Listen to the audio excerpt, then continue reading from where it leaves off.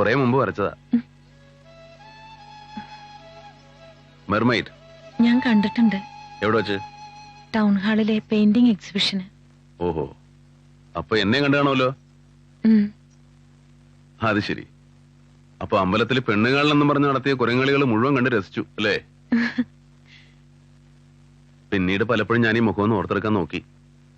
വേണ്ടിയൊന്നുമില്ല. കാരണണ്ടേ, ജീവിച്ചിരിക്കുന്ന പോലെ വരച്ചു കളഞ്ഞില്ലേ? ആര്?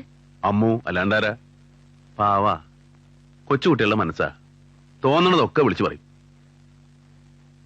ഗൗരി അങ്ങനെ പറഞ്ഞപ്പോ ഏയ്, എനിക്കൊന്നും തോന്നിയില്ല. പാടില്ല, തോന്നാൻ പാടില്ല. അമ്മു ഇന്നു മുതല് ഗൗരിയുടെയും കൂടെ മോളാ. മരിച്ചു കിടക്കുന്ന അച്ഛന്റെ അമ്മയുടെ നടുവിൽ നിന്ന് കരയുന്ന കൊച്ചുകുട്ടിയെ അവളിപ്പോഴും എന്റെ മനസ്സിൽ. അന്നീ നന്ദന് 15 വയസ്സാ. പിന്നെ ഒരു സ്വപ്നം എന്റെ മനസ്സിലുണ്ടായിട്ടുള്ളൂ, എന്റെ അമ്മു. ലാളിച്ചു, അത് കുറെ അധികം. സ്കൂളിൽ പോകുമ്പോൾ ഞാൻ സമ്മതിച്ചിട്ടില്ല, വീട്ടിലിരുത്തി പഠിപ്പിച്ചു. പിന്നെ അവൾക്ക് പെട്ടെന്ന് ദേഷ്യം വരും, അതുപോലെ സങ്കടവും. ചെറിയ കുട്ടികളെ പോലെ തന്നെയാ. അവളുടെ ലോകത്തിലേക്ക് പെട്ടെന്ന് ഗൗരി കടന്നു വന്നപ്പോ എന്നെ ഇഷ്ടമല്ലെന്നുണ്ടോ? ഏയ്, അങ്ങനെയൊന്നുമില്ല.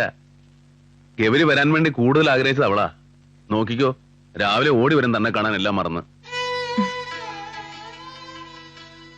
ഇനി ഗൗരി വേണം ഒരു അമ്മയുടെ വാത്സല്യം കൊടുത്ത് അവളെ എല്ലാം പറഞ്ഞു മനസ്സിലാക്കാൻ. അവളെ വേണുവിനെ ഏൽപ്പിച്ച എനിക്ക് സമാധാനായി, നമുക്ക് സ്വസ്ഥായി. കല്യാണം കഴിഞ്ഞ് ഉത്തരവാദിത്തമൊക്കെ ആവുമ്പോ അവള് ശരിയായിക്കൊള്ളുന്നേ. നന്ദേട്ടന്റെ അവസ്ഥ തന്നെ എനിക്കും. വേണുവിന്റെ കാര്യത്തില് അതെനിക്കറിയാം. ജന്മം കൊടുക്കാതെ അച്ഛനും അമ്മയും അവരാ നമ്മള്.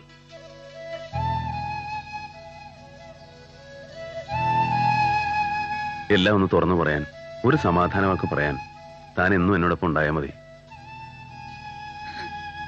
ഛേ, എന്താ അത്? ഒരു നല്ല ദിവസമായിട്ട് താൻ കരയാ?